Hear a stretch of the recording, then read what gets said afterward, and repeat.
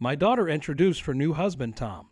Naturally, I was curious about him, especially given how poorly her first marriage ended. I prepared dinner, chose a flattering dress, and observed him closely. Unlike her ex, Tom was well-dressed, polite, and articulate, though his gaze lingered on me when my daughter wasn't looking. During dinner, we engaged in pleasant conversation. He spoke confidently, complimented my cooking, and showed genuine affection toward my daughter.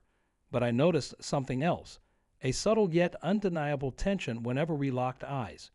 When Sarah left the table to fetch dessert, Tom shifted in his seat and let his eyes linger a little too long.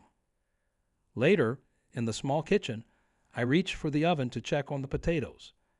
Tom stepped in for a glass of water and accidentally brushed against me. I pretended to resent it, but deep down, the contact sent a shiver through me. He muttered an apology, but his gaze remained fixed on me for a beat too long.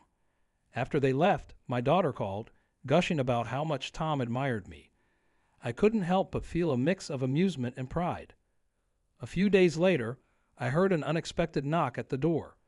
When I opened it, Tom stood there, looking both excited and hesitant.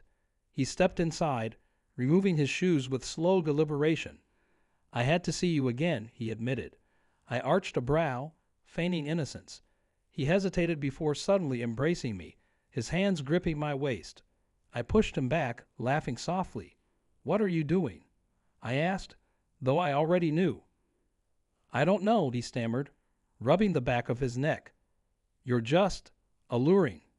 I shook my head and walked away, wiggling my hips just enough to tease him. He followed me like a puppy eager for attention. I reclined in a chair, crossing my legs slowly. His eyes darkened as he watched, and for a brief moment, I wondered how far he was willing to go. He returned a week later, carrying a cake, fizzy lemonade, and a single rose.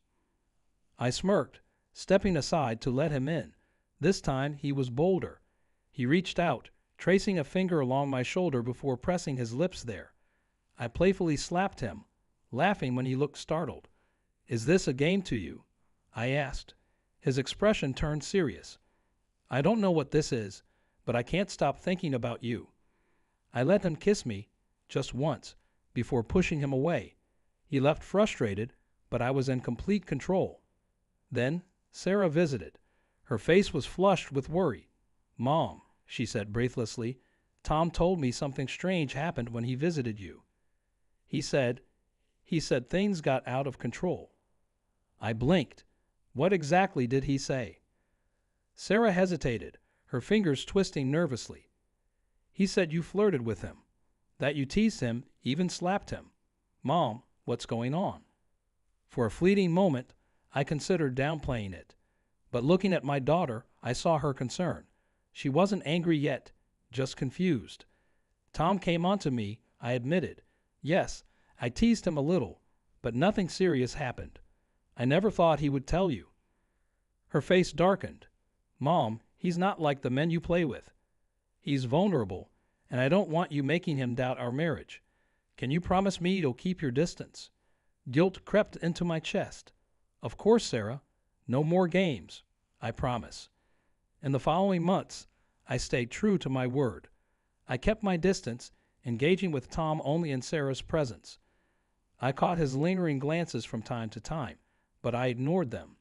My daughter's happiness mattered more than my amusement. Slowly, the tension dissipated and life returned to normal. One evening, after another family dinner, Sarah pulled me aside.